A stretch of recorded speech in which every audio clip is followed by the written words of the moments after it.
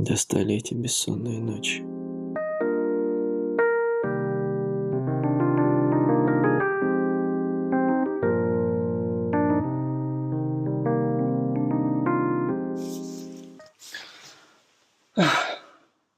Задрот. Надо постричься.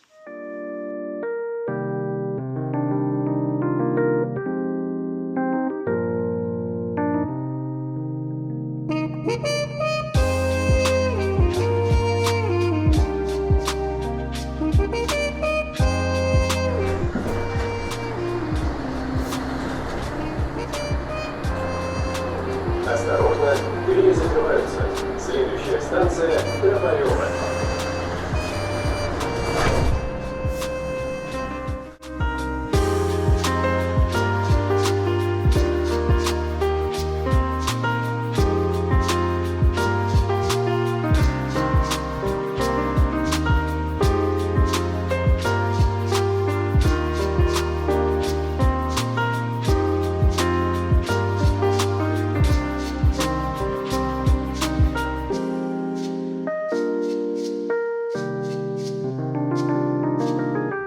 Люди не стесняются, работают в рамках фотосессии, используют разные ракурсы. А ты стесняешься сниматься на публике. Вот как это побороть? Я не знаю, что заставляет быть скованным. Я, как говорил, что стараюсь это перебарывать, но не всегда получается. И если в Корее это было легче, потому что казалось психологически, что тебя никто не поймет, ну, мало кто поймет, и ты можешь говорить что угодно. А тут ты невольно подвергаешься какой-то оценке. Ну, опять же, в рамках своей головы, в мыслях своих.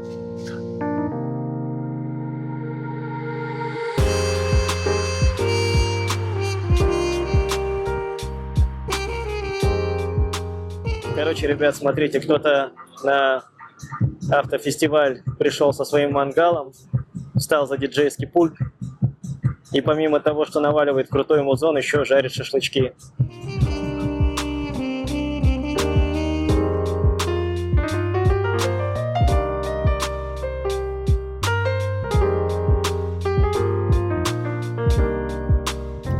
Нихера у тебя волына, барбос.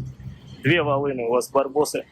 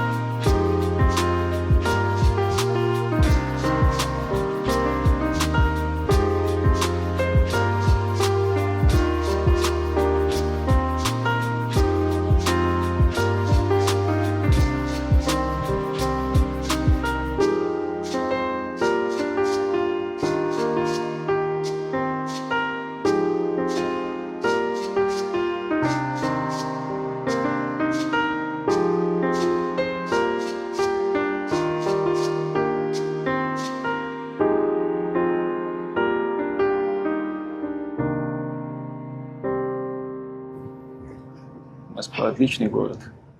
Я очень люблю ее. Мы сейчас находимся на Андреевской набережной. Сюда люди приходят по вечерам, обычно после работы, либо под вечер выходного дня, потому что отсюда открывается вид на закат. Просто лежат на берегу.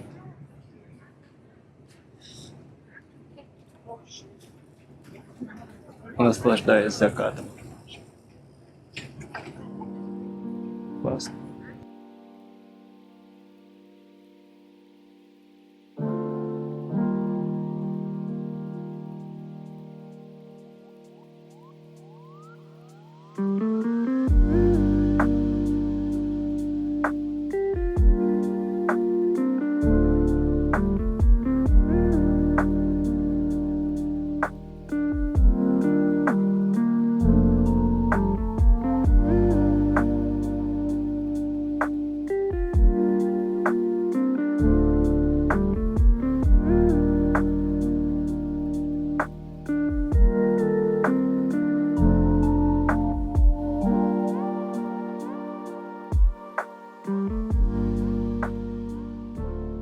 И спиной, кстати, Академия наук.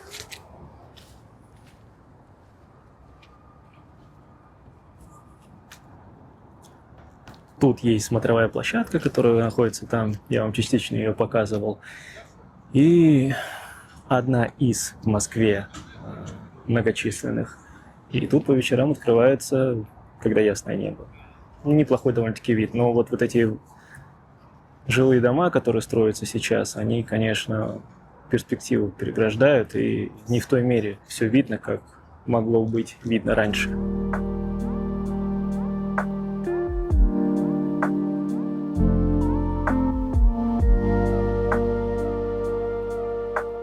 Думал над этим, что мешает взять и просто начать снимать, не думая о том, что о тебе подумают другие. Но, как оказалось, это немножко сложный процесс, как я уже говорил, особенно когда тебя могут понять ход твоих мыслей, то, о чем ты говоришь. Ну и, собственно говоря, волей-неволей ты думаешь о том, что тебя могут осудить. Но это ведь действительно не имеет большого значения.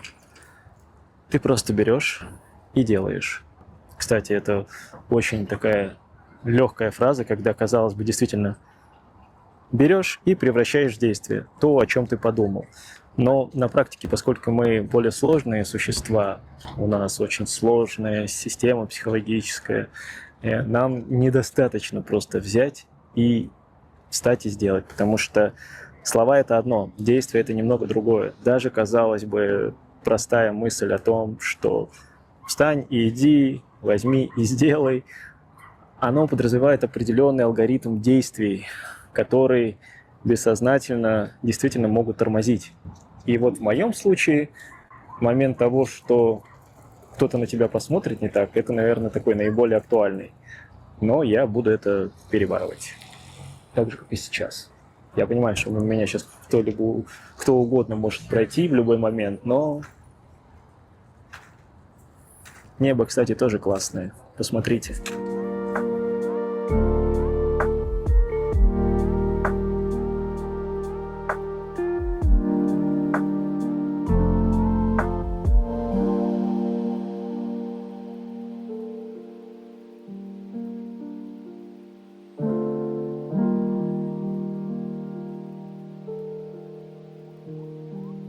Вообще я заметил, что мозгу сложно немножко находиться в знакомой среде, в том плане, что кажется, что пусть даже ты не большую часть из того, что тебе знакомо, можешь знать, но мозг за тебя предвосхищает то, что это нам знакомо, мы не должны в этом плане стараться, давай побережем энергию.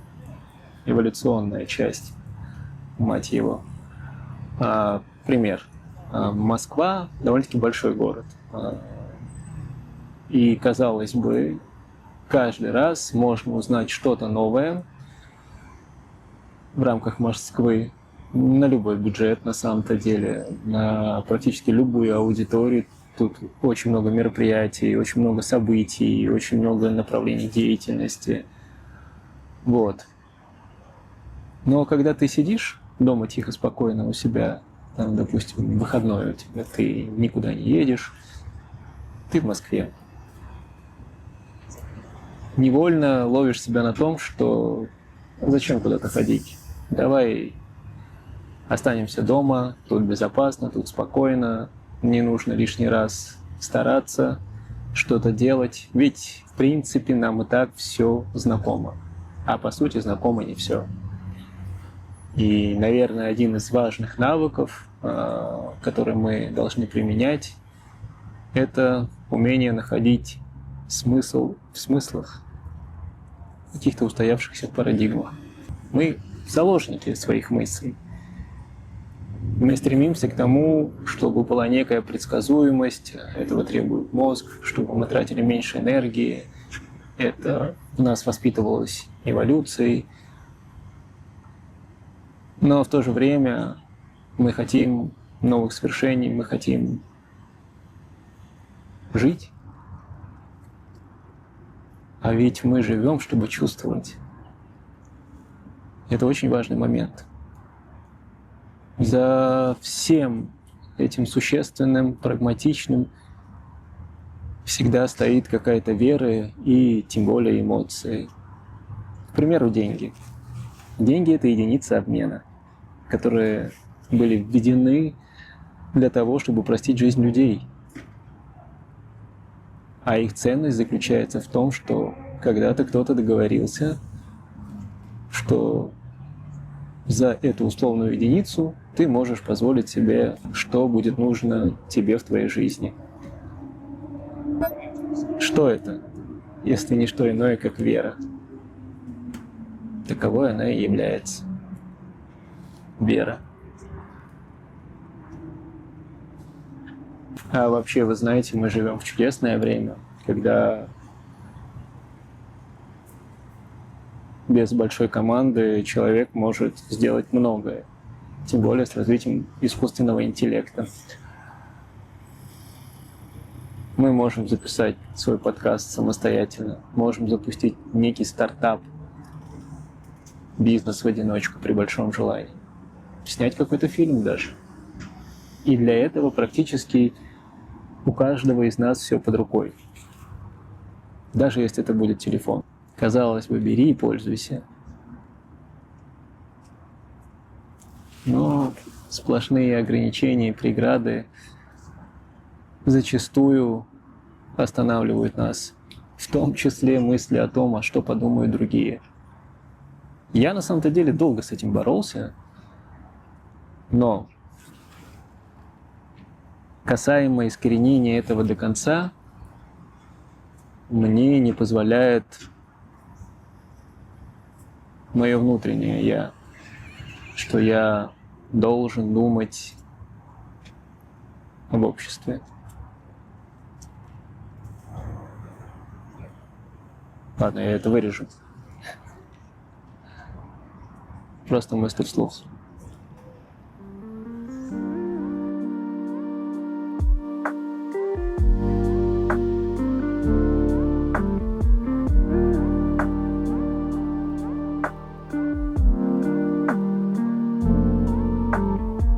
YouTube-канал «Экспаты» называется. И вот он рассказывал про Корею Южную, вот 2 выпуска. Обычно в каждой стране по одному выпуску. Общается с выходцами из СНГ, которые туда переехали жить, там работать.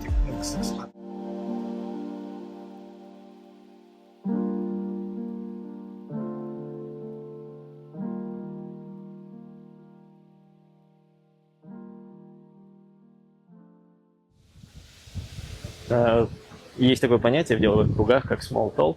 Это такие короткие, непринужденные разговоры. А вот здесь, в России, в Москве, в частности, очень развиты, да и вообще, в принципе, наверное, в странах СНГ, душевные разговоры.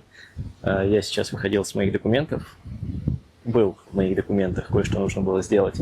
И там вот эта вот душевность, когда люди хотят помочь, они не замучены работой, народа вообще нет там практически. Передо мной сидели люди, которые заключали брак. И я рядом сидел, нас обслуживали разные люди. И чтобы помочь тем, кто заключает брак, сотрудница, которая работала со мной, она отвлеклась, про меня вообще забыл на какое-то время, но это ничего страшного, я без претензий. Там была одна бабушка классная, вот о чем больше речь. Она, слышу за спиной приятный такой старческий голос, она подходит к молодому человеку и говорит: молодой человек, вы мало улыбаетесь. Знаете, французы изучили нашу улыбку, и она благоприятно влияет на иммунитет. Вот. Потом ребята, которые заключали брак, встали, ушли. Я все еще сидел. Бабушка подходит уже к сотруднице. И спустя какое-то время, помимо того, что мы узнали все вокруг стоящие, сидящие, что она родилась у Кремля, что Москва раньше была маленькая, ну это правда, город разросся прям очень сильно. Она тоже спустя какое-то время говорит о том, что, знаете, вы мало улыбаетесь. Вот французы исследовали нашу улыбку. Классная бабка такая была, позитивная очень. Ее обслужили. У нее был коротенький вопрос по оплате коммунальных услуг. И она, бабушка, я слышу, спустя какое-то время за спиной уже говорит другому человеку вот эта фраза, знаете. Французы изучили нашу улыбку, и все по накатанной. Так что улыбайтесь чаще. 3:30 утра. Зачем так рано вставать? И куда ехать?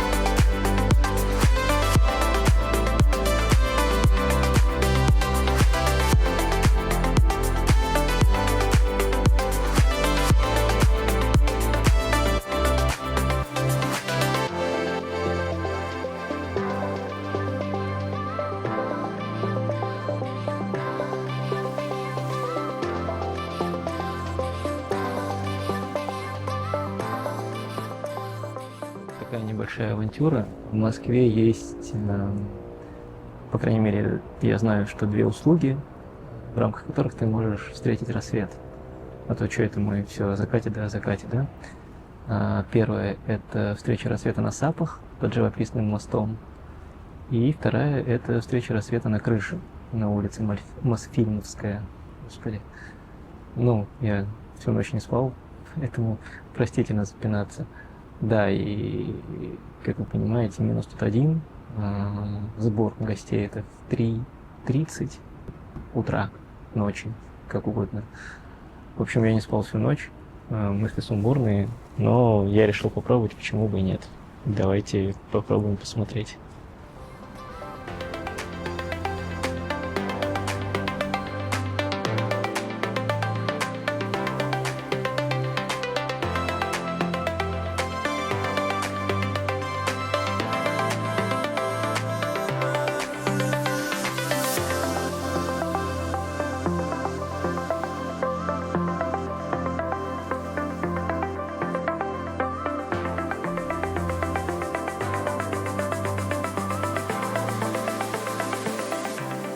Тут довольно-таки интересно, то есть это бессонная ночь, которая была, она того стоила.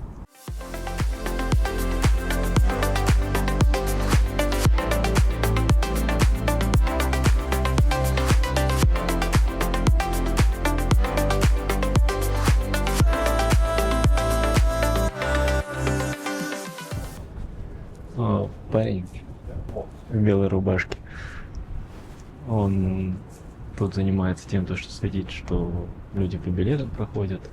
Я его спрашиваю, а вы живете здесь? Он говорит, что нет, у него здесь знакомая бабушка, московская бабушка, у которой здесь квартира на крыше.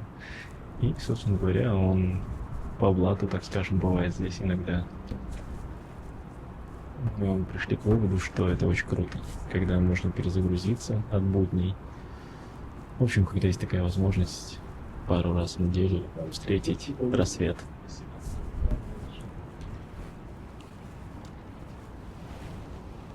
А у нас до скольки время есть? До 5, да? До 5, да. Ну, в принципе, мне кажется, самое красивое уже посмотрели. Все равно красиво.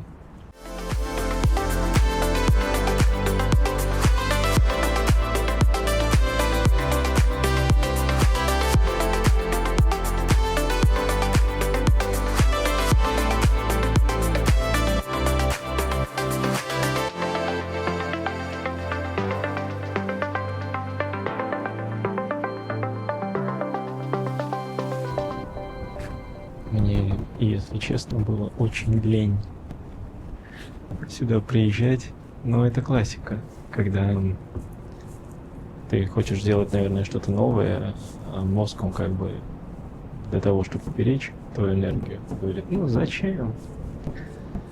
Останемся дома под уютным пледом, посмотрим какой-нибудь фильм, либо просто потупим в ноутбук. Но такие моменты этого стоят все-таки, чтобы выйти из зоны комфорта, так скажем.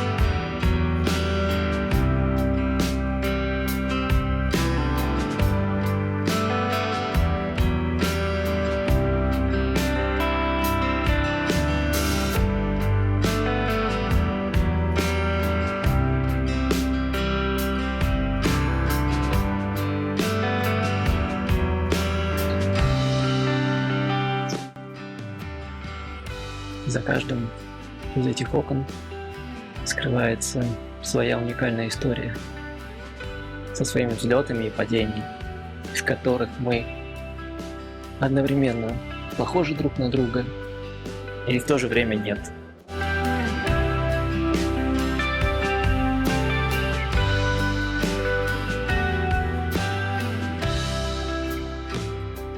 Мы ведь все чего-то боимся, верно?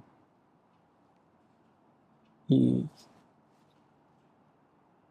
иногда это оправдано, когда мы, предвосхищая некий определенный сценарий, хоть и будущее не определено, и не обязательно, что случится что-то плохое,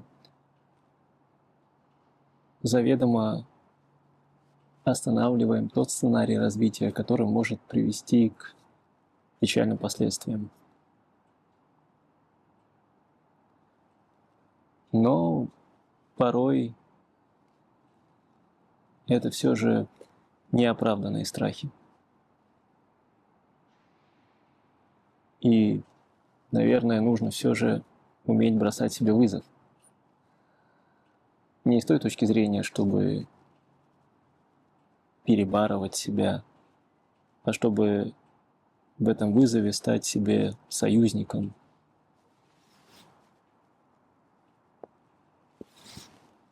Я вот, например, не очень люблю водить автомобиль.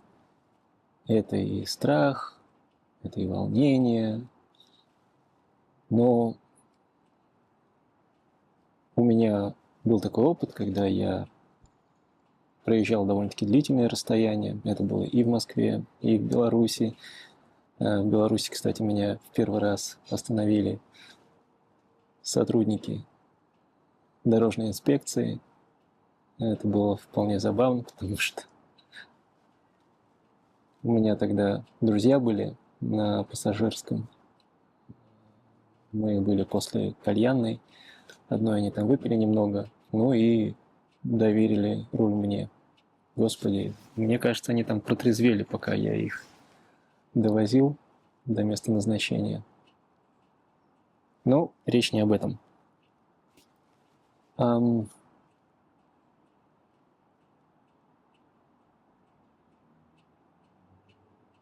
Всегда хочется какой-то определенной стабильности, предсказуемости, когда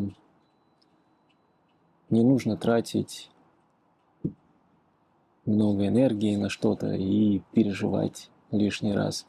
В жизни и так хватает стрессов. Знаете, я после того, как побывал в Корее, я для себя понял, что хотел бы пожить там какое-то время. Сделать себе визу и, собственно говоря, окунуться в эту среду, которая не особо мне чужда. Это тоже своего рода вызов. Я в жизни достаточно начинал с нуля, достаточно переезжал и окунался в новую культуру, в новую атмосферу. Но у меня всегда был какой-то внутренний оптимизм по поводу того, что когда люди мне говорили, что да, что там тебе эта Москва, там люди злые, холодные, она большая, а я видел в этом преимущество. Потому что ты можешь проверить себя и лишний раз для себя понять, что несмотря на разные истории, которые в нашей жизни происходят, и ту уникальность, которая присуща каждому из нас, мы все-таки во многом похожи. И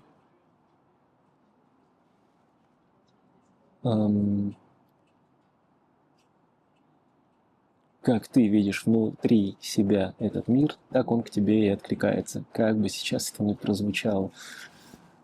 Я в это верю. И я нахожу этому подтверждение каждый раз. Вот и переезд в Корею, планируемый на следующий год. Несмотря на все то, что рассказывают некоторые люди о Корее, о чертовости корейцев, о том, что они абстрагированные, ну и всякое такое, меня это не пугает. Поэтому я хочу попробовать. Я особо пока не имею планов, чем я там буду заниматься.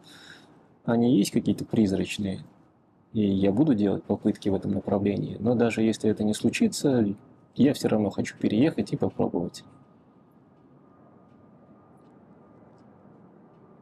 Потому что это та самая история. Ты вроде бы находишься в потрясающем городе, а Москву я безумно люблю. Я помню мое первое знакомство с Москвой, и это было потрясающе. Когда мой друг посадил меня на машину, и мы ехали через Ленинский проспект, через эти дома, которые стоят словно ворота. Как у меня захватило дух. Я тогда прилетел очень рано, и мы поехали завтракать в Макдональдс. Ну и, собственно говоря, то, что потом я катался по ночной Москве, я просто с каждой секундой влюблялся все больше и больше. В Корее у меня было то же самое ощущение. То есть я не почувствовал какого-то отчуждения. Мне, наоборот, было очень интересно. Надо стать себе все-таки до конца союзником и попробовать рискнуть. Для чего? Не знаю. Не могу до конца объяснить. Просто я это чувствую внутри.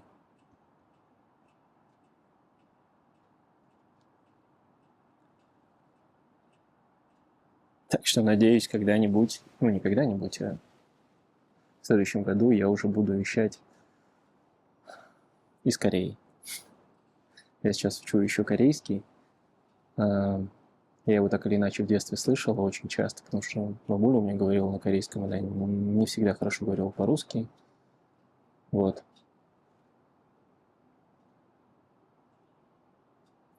Поэтому, если когда-нибудь увидите меня узкоглазого, говорящего что-то по-корейски, сильно не удивляйтесь. Ну а сейчас пора готовиться ко сну.